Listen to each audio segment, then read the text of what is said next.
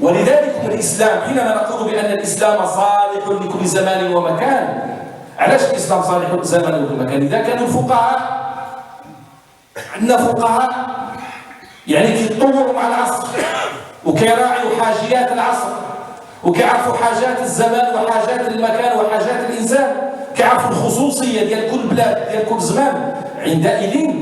عندئذ يكون الإسلام صالحا لكل زمان ومكان.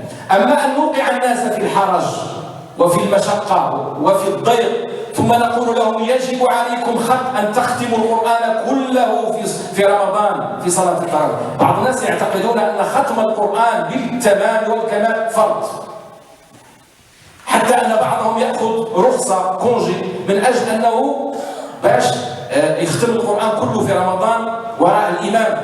هذا كله مخالف لهدي النبي صلى الله عليه وسلم. فالقرآن الكريم نفسه يوجهنا ويقول لنا في سورة المزمل: والله يقدر الليل والنهار.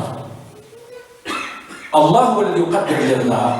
الله تعالى هو اللي يقدر الليل والنهار، مرة يكون طويل، مرة يكون قصير، مرة يجي رمضان يجي في واحد الوقت في الشتاء، مرة يجي في الصيف، مرة يجي في الربيع. والله يقدر الليل والنهار. طيب، علم أن لن تحصوه فتاب عليكم. علم الله سبحانه وتعالى أن تطيقوا هذه التكاليف ما قدريش عليها، وأنكم ديروا كما النبي صلى الله عليه وسلم وتقوموا الليل ويكون قيام الليل في حقكم فرض كما كان فرضا في حق النبي صلى الله عليه وسلم. علم الله، علم. ألا يعلم من خلق وهو اللطيف الخبير. قل أنزله، هذا القرآن من الذي أنزله؟ قل أنزله الذي يعلم السر في السماوات والأرض. علم أن لن تحصوه فتاب عليكم، خفف عنكم، فاقرؤوا ما تيسر من القرآن. علم أن سيكون منكم مرضى. قبل ما نحكيو الأعذار ديالنا حنا ونشكيو، الله علم هذه الأعذار وذكرها وفصلها في كتابه، ومن بعد تتأكد: فاقرؤوا ما تيسر منه وأقيموا الصلاة وآتوا الزكاة وأقرضوا الله قرضا حسنا. أسأل الله عز وجل أن ينفعنا بهذه الكلمات. اللهم اجعلها كلمات تنفع الناس وتمكث في الأرض. وصلى الله على نبينا محمد وعلى آله وصحبه أجمعين.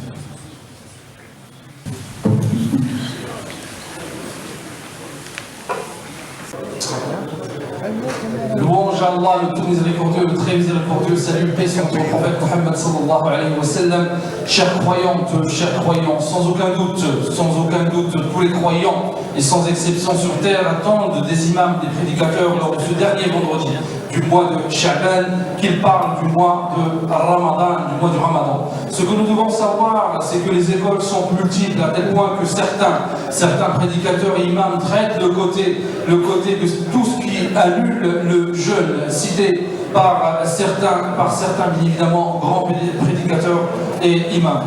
Et il y a donc dans un livre par exemple, si on parle de tout ce qui annule, si vous voulez, donc le jeûne, certains ont cité, ont dénombré plus de 50 causes d'annulation du mois de Ramadan, ce qui est trop pour la communauté.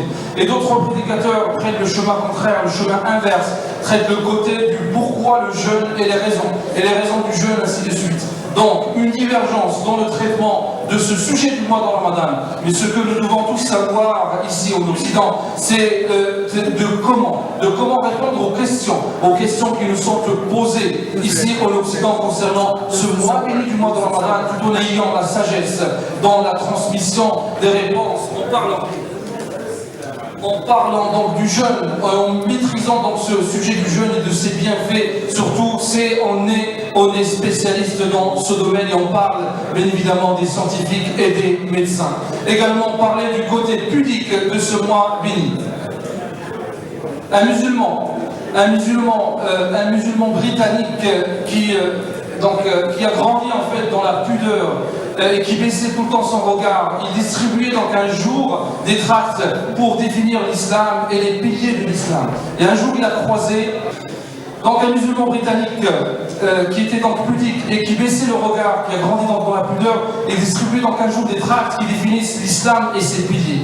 Un jour il a croisé donc un monsieur accompagné donc de sa compagne, et il lui a dit: je te donne ce document, si tu vas le lire, mais si tu ne le lis pas, donc alors tu me le laisses comme ça, je le donne à quelqu'un d'autre. Et par la suite, quand ils ont fini, donc il lui a promis qu'il allait donc le lire, et par la suite, il lui a dit, donc le monsieur donc, a dit à ce jeune musulman, ça fait 10 minutes que je te parle et tu n'as pas regardé une seule fois ma compagne. Le jeune lui a dit, c'est ta femme, donc elle t'appartient.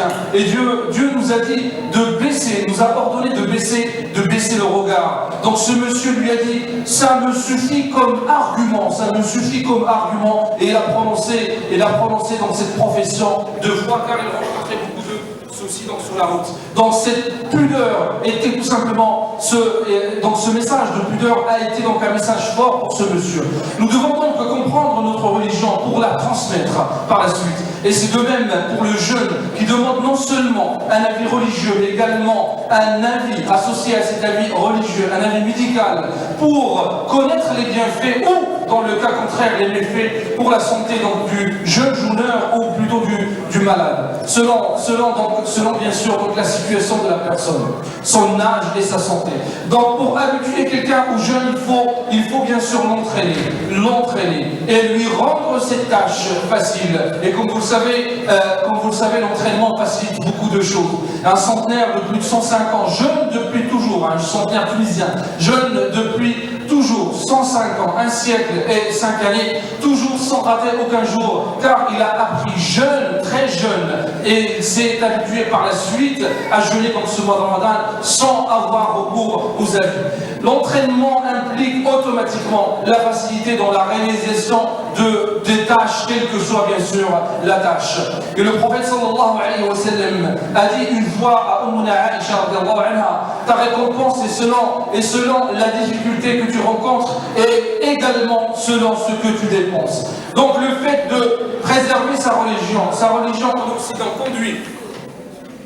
Le fait de préserver sa religion en Occident conduit à une récompense indénombrable de Allah subhanahu wa ta'ala. Et dans les pays musulmans, comme vous le savez, tout le monde jeûne et tout le monde prie. Et ceci est un facteur facilitateur pour les croyants. Et lors de ce mois béni, le mois de Ramadan, dans certains pays, vu l'horaire tardif, dans l'Occident, vu donc l'horaire tardif, ils ne trouvent cette faculté et cette difficulté, ils trouvent la difficulté dans des moyens de locomotion pour rentrer chez eux, car une fois la prière terminée, ils ne trouvent aucun moyen de locomotion pour rentrer chez eux. D'autres, il leur faut 1 heure à l'aller, une autre heure pour le retour. Donc, comme vous le savez, c'est quelque chose de très difficile, surtout dans les pays du nord européen, comme les Balkans par exemple, ou bien donc les pays scandinaves. Mais ce qu'il faudrait savoir que notre religion est une religion de facilité et non de difficulté. Il suffit de poser les bonnes questions aux bonnes personnes compétentes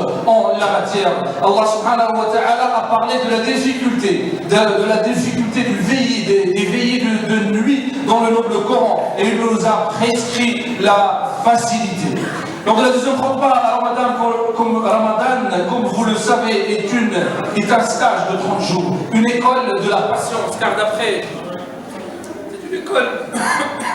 c'est une école de la patience, car d'après certains savants, quand Dieu subhanahu wa ta'ala dit dans le Coran, et entraînez-vous par la prière et la patience, la prière a parmi ses interprétations dans ce verset-là, c'est le jeûne. Donc entraînez-vous par le jeûne et la patience. De nos jours, la patience se perd, car pendant le mois de Ramadan, il y a des interdits et d'autres choses qui sont autorisées. Donc l'opposé est l'autorisé. Donc en plus de jeûner, il faut maîtriser certains éléments, surtout lors des moments où on est seul. Faire attention quand on est seul, quand on se retrouve seul devant un téléphone, devant une tablette ou devant un ordinateur. Ce qu'il faudrait savoir que ces moyens numériques sont l'une des causes du divorce, et on les appelle les causes du divorce électronique.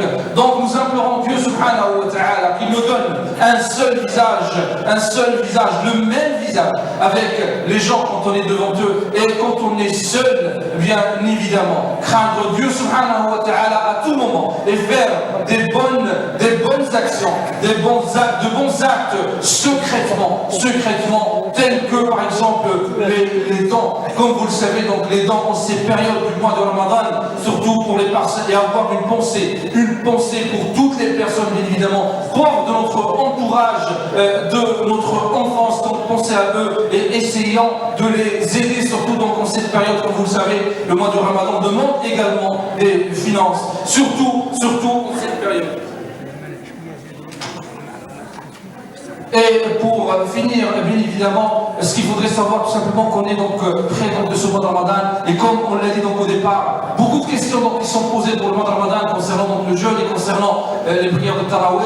Donc toutes vos questions, bien évidemment, il y a des réponses déjà qui figurent sur le site internet qu'on a enregistré cette semaine et les semaines donc, précédentes. Donc retournez donc au site internet masjidipinal.fr, la chaîne YouTube Masjid Ipinal, vous tapez Masjid Ipinal normalement dans la barre de recherche de Google, vous allez trouver tout ce qui concerne donc notre mosquée. Barakallahu fikum, wa qul qawli hadha, astaghfirullah li wa lakum, walhamdulillahi rabbil alamin.